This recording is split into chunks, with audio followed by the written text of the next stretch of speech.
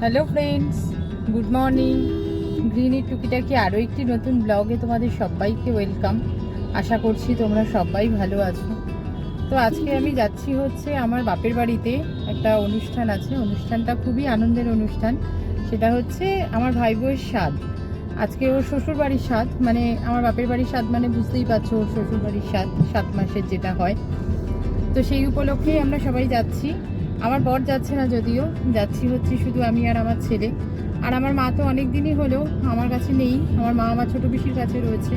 তো আমার ছোটো পিসি আর আমার মাও আমার সাথেই যাবে, ওদেরকেও দত্তপুকুর থেকে তুলে নেব।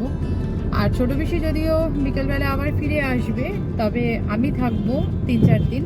আর আমার সাথে তো আমার মা থাকবেই। বাড়ি থেকে বেরিয়েছি আমরা এই মিনিট 10 মতন হলো। জাস্ট মধ্যমগ্রাম চৌমাথা এখনও ক্রস করিনি, মনে হয় ক্রস করছি মধ্যমগ্রাম চৌমাথা। আর সকালবেলার এই সময়টাতেও তো চৌমাথাতে ভীষণ জ্যাম থাকে, চৌমাথাটা পার করতে সত্যি সত্যি অনেকটাই সময় লেগে যায়। যার জন্য চেষ্টা করেছি যতটা তাড়াতাড়ি সম্ভব সকালবেলা বাড়ি থেকে বেরোতে। আর শীতকালের ছোটোবেলা বাড়ি থেকে সমস্ত কাজকর্ম সেরে সুরে রেডি হয়ে বেরোতেও অনেকটা সময় লাগে। আর তারপরে এই ছোট্ট বেলা কোথার থেকে যে পার হয়ে যায় বোঝাই যায় না। পৌঁছে গেছি দত্তপুকুরে, একদম ছোটো পিসির বাড়ির সামনে। আর মাদেরকে তো গতকাল রাত্রেই বলে দিয়েছিলাম যে আমি কোন সময় বাড়ি থেকে বেরোবো। তো সেই সময় বুঝে মারা একদম রেডি হয়েছিল। আর দত্তপুকুর ঢুকেই মাদেরকে ফোন করে দিয়েছিলাম যে একদম গলিটার সামনে এসে তুমি আর ছোটো পিসি দাঁড়াও। আসলে আমার ছোটো পিসির বাড়িটাতে একটু গলির মধ্যে ঢুকতে হয়। তো এসেই দেখলাম যে মা আর ছোটো পিসি একদম পুরো রেডি হয়ে রয়েছে। ওদেরকে তুলে নিয়ে এবারে আবার রওনা দেব।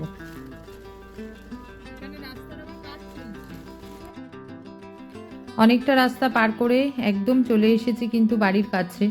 হাবড়া পার করা মানেই মনে হয় যে এবারে চলে এসেছি একদম বাড়ির কাছে। তো আর হয়তো ওই মিনিট 10 মতন বাকি আমার বাপের বাড়ি পৌঁছাতে। পৌঁছে গেছি আমরা। আর আমাদেরকে দেখেই আমার বোন একদম পুরো রাস্তা অবধি এগিয়ে গেছে। আর আমি আর আমার বোন এই যে দেখো হাসাহাসি করছি, সেটা কী নিয়ে হাসাহাসি করছি বলো তো? শাড়ি পরা নিয়ে। আমি যেমন সব অনুষ্ঠানেই শাড়ি পরি, শাড়ি পরতে আমি ভালোবাসি, ও আবার আমার মতন অতটা সব অনুষ্ঠানে শাড়ি পরে না। তো আজকে দেখছি শাড়ি পরে খুব সুন্দর করে সাজুগুজু করেছে, তো সেটাই বলছি আমি। তাই ও বলছে যে দিদিভাই সবসময় তো আমি কুর্তিই পরি, তো ভাবলাম যে আজকে তাহলে একটু শাড়ি পরে সাজুগুজু করি।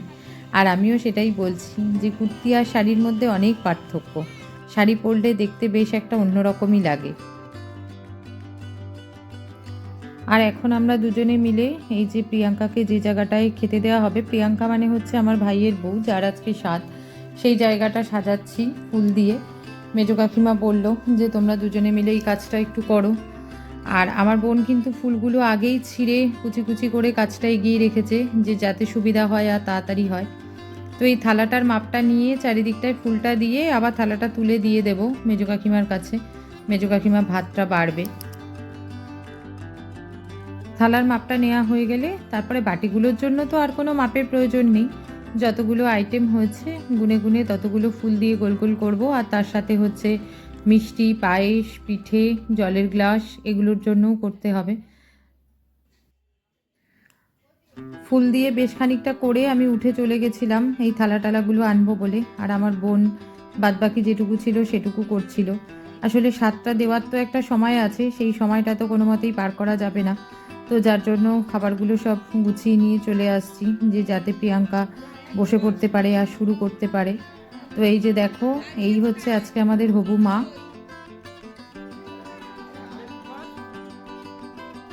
আর প্রিয়াঙ্কার সাথে বসানো হয়েছে হচ্ছে এদিকে আমার ছেলেকে আর ওদিকে মিনামকে, মানে হচ্ছে আমার বোনের মেয়েকে।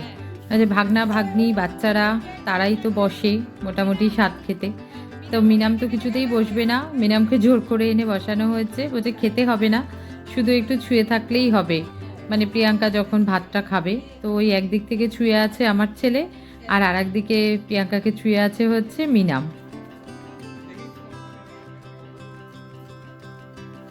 আর এই যে তুতে পাঞ্জাবি পরে ছবি তুলছে দেখো, এটা হচ্ছে আমার ভাই, মানে হচ্ছে কিন্তু হবু বাবা।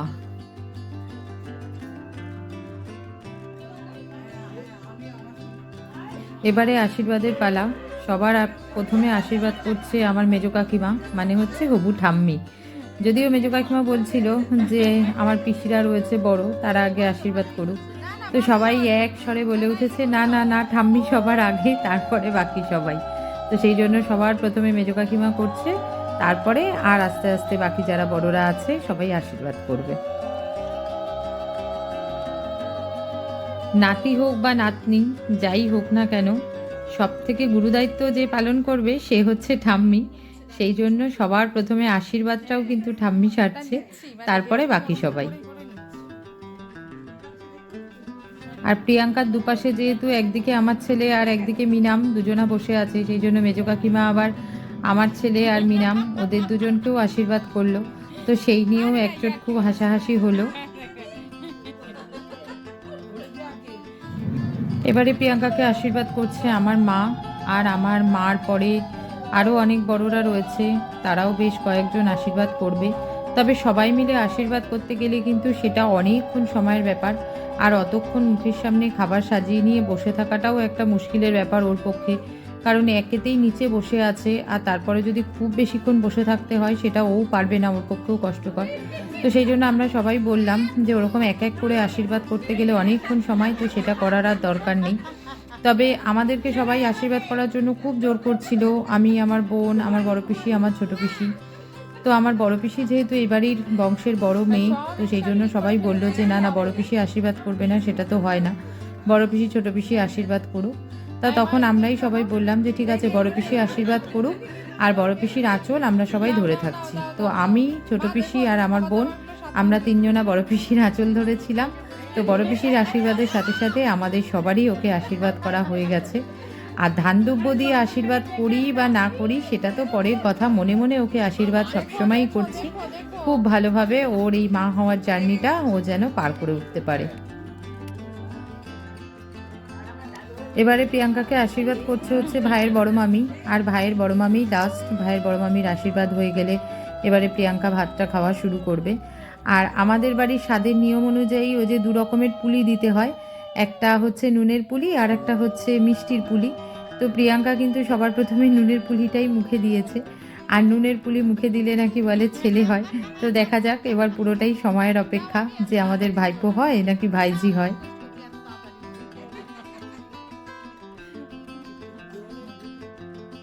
প্রিয়াঙ্কার স্বাদটা না দেওয়া অবধি, মানে প্রিয়াঙ্কা যতক্ষণ না খাওয়া শুরু করছে ততক্ষণ পর্যন্ত এদিকে খাওয়ার ব্যাচ বসানো যাচ্ছিল না। তো প্রিয়াঙ্কা খাওয়া শুরু করার পরে এই যে এদিকে কিন্তু ব্যাচও বসিয়ে দেওয়া হয়েছে, আর এই যে ফার্স্ট ব্যাচে সবাই বসেও গেছে।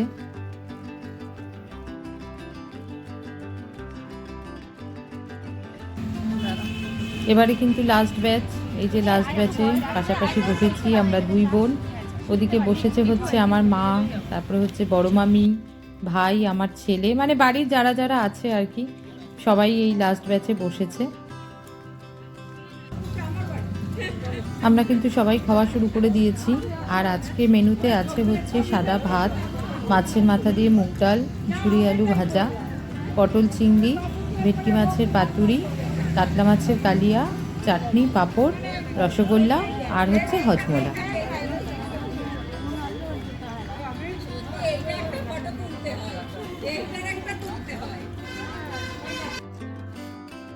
দুপুরে খাওয়া দাওয়া শেষ করে মধ্যখানে অনেকটা সময় পার করে এবারে আমরা বসেছি হচ্ছে প্রিয়াঙ্কার গিফট দেখতে। আসলে মেজো কাকিমাই আমাদের সবাইকে ডেকে নিয়ে আসলো যে এসব প্রিয়াঙ্কার সব গিফটগুলো খোলো আর দেখি আমরা সবাই মিলে ও কী কী পেয়েছে। তো সেটাই এখন খোলাখুলি হচ্ছে। খুব বেশি লোক তো নিমন্ত্রিত ছিল না, তবে যে কটা শাড়ি, বিছানার চাদর পেয়েছে মোটামুটি সব কটাই বেশ ভালো ভালো পছন্দসই জিনিসপত্র পেয়েছে। শাড়িও যে কটা পেয়েছে ভালোই পেয়েছে, বিছানার চাদরগুলোও ভালো পেয়েছে। তারপরে হচ্ছে ওর বান্ধবীরা একটা ব্যাগ দিয়েছে, সেই ব্যাগটাও খুব সুন্দর পেয়েছে। বান্ধবীরা না, একজন বান্ধবী একটা ব্যাগ দিয়েছে, সেই ব্যাগটাও খুব সুন্দর হয়েছে। এবারে দেওয়া হচ্ছে রাতের খাবার, কারণ রাতও কিন্তু বেশ অনেকটাই হয়েছে, আর এই খাওয়া দাওয়া পর্ব এক একজন করে মেটাতেও কিন্তু সেটা অনেকক্ষণ সময়ের ব্যাপার। আর ওই যে মিনামবুড়িকে দেখো, সারা দুপুর কিন্তু ঘুমায়নি, তাতেও ওর কোনো ক্লান্তি নেই, ও বসে আছে আমাদের সাথে খাবে বলে। ওকে কখন থেকে বলা হলো যে তুই আগে আগে খেয়ে নে, বললো না আমি তোমাদের সাথে খাবো।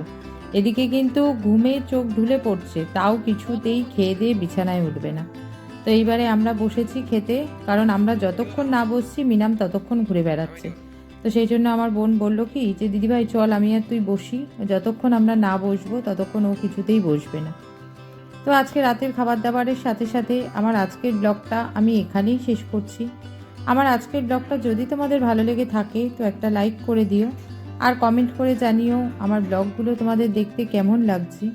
যদি ভালো লেগে থাকে তো আমার চ্যানেলটা প্লিজ সাবস্ক্রাইব করে নিও। আজকের মতন টাটা, গুড নাইট। তোমাদের সাথে দেখা হচ্ছে আবার আরেকটা কোনো নতুন ব্লগে।